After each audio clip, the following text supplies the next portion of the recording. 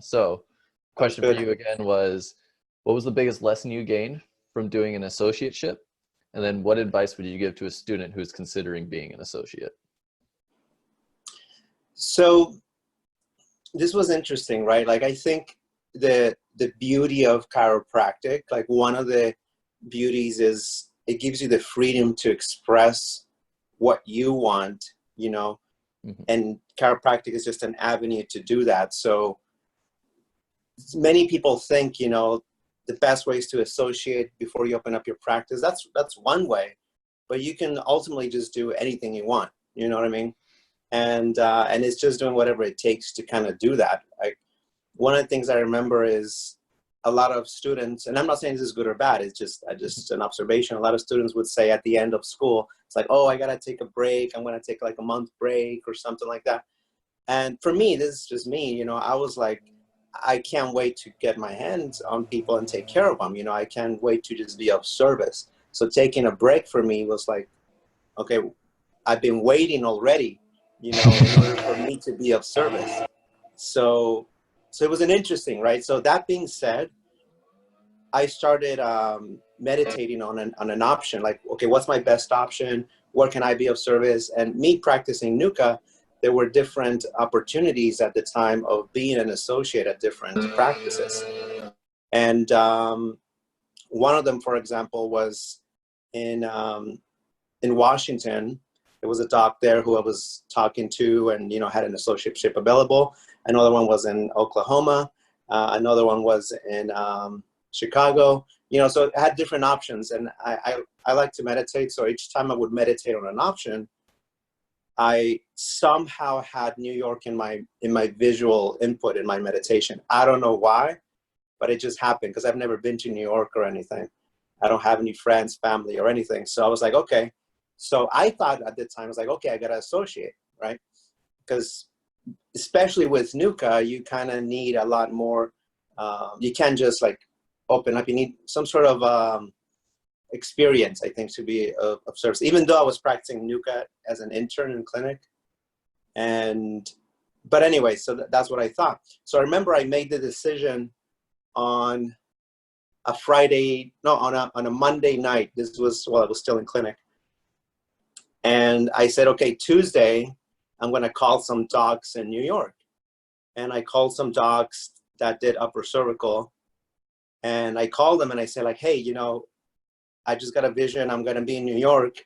Do you happen to have an associate? And at the time, like one of the docs that I called, they said, like, you know what? I'm actually going to be in San Francisco this Friday, you know, so I call them on a Tuesday, so this Friday. And I just happened to be there. I hardly ever go there, but I just happened to be there. So we met, I forget which hotel we met south of the airport. And he just offered me the position at that moment. And I was like, all right. So I took it. I remember I went in for a weekend. It was my first time in New York just to see what kind of place this is. And I stayed with another brother there. So anyways, long story short, I remember when I was finishing my last exam, that was on a Thursday morning, and my flight to New York was Thursday afternoon, you know, and I was already seeing patients that Monday, you know, as an associate in this clinic.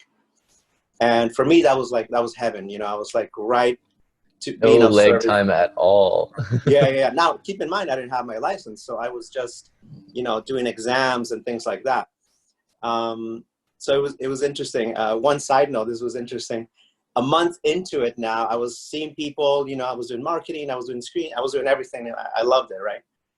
And I remember I got my eyes clinic exam, like tests, and then I didn't pass the x-ray part. And I was like, oh my God, you know, it was crazy. Here I was already in New York seeing people, and I was like, oh shit, you know? So I literally, because they used to do those on Wednesday mornings, I had to wait until it was offered again. I flew in Tuesday night and then took the exam in the morning. And I remember I was like doing the x-ray exam, and I was like, I got patients to see tomorrow, you know? So I did the exam. I had to fly back Wednesday afternoon, and then I was seeing patients again Thursday morning. And obviously I passed, but it was interesting, like going through all of that. So my experience through all of that, just being of service, just going with your why, sticking to your why, like that was a key factor. Whether it's an associate, whether all of a sudden you call someone and says, hey, I want to just open up a clinic, and I'm looking for a young doc, you'll know, just trust your intuition, whether it's meditation, whether it's whatever you do to tune in, like I think, trust that. So 2 months into the practice now, I started getting that feeling again. I started meditating again. I was like, I don't like this. There was something about it that just wasn't right in this particular clinic. Part of it was more like the doctor was there, like was really good in sales, but I don't think the quality of care that I wanted to give service was provided. And for me, that was good that I experienced that, because for me, it was like, okay, wake up call of how I really want to practice. And that's when I got another kind of vision and said, like, no, you're here to open up your practice. And I was like, okay. So I literally quit two or 2.5 months into it. I was like, hey, I'm quitting. And then I remember there was this one doc, he's another brother. I called and he was like, hey, I just happened to move into New York. I'm looking for a young doc to start a practice. I was like, perfect timing.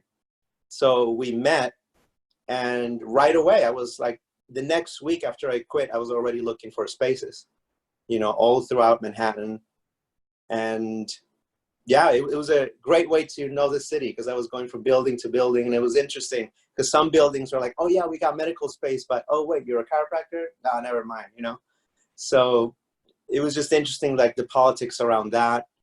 But I think trusting your intuition at any given point, because so many docs I noticed, they just kind of stay for the paycheck, or they stay like, okay, they're paying me well, I don't need to worry about this and that. But that's how it was. And then I just opened the practice. The doc just kind of funded me basically. And 1.5 years into it, I bought the practice, and that was, I opened March 4th, 2013, right? So yeah, that was way back. I graduated on 2012 in the summer. So it was interesting. It took about 5 to 6 months to open the practice after I quit, because you have to do the marketing, you have, all that stuff, right? But I loved that. Yeah. It was really cool just kind of being of service that way. Yeah, that's crazy. That's a real fast turnaround for student to doctor. Like, yeah, but it's just what the vision. The way I see it is, I'm not in the armed forces or anything, but I imagine, if a soldier's just given a mission, you don't question it, you just kind of do it, right? Mm-hmm. So I never posted any of this stuff. That's just me. Like, I don't post like, hey, I'm opening up my practice. Hey, I'm here. I was just on a mission. I was just here to take care of people. Mm-hmm. And regardless of how that was to happen, I just focused on the why. So one of my mentors would always say, focus on the why, and the hows take care of themselves. How it's going to happen, you may not know. I didn't know who was going to meet. I just knew I was here to be of service, and you just trust that. And it's not even trust. It's like, you just know it's just going to happen. There's no question about it. And you just do whatever it takes to continually manifest that.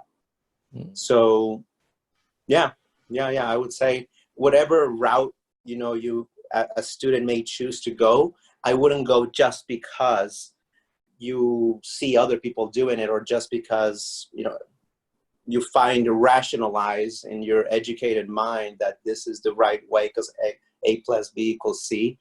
I would focus more on what your true purpose and mission is, and it's just going to happen, and just being of service, because so many people are just waiting for the doc to be of service, and it's just, yeah, you can't go against that. It's just going to happen. You know what I mean? Mm-hmm.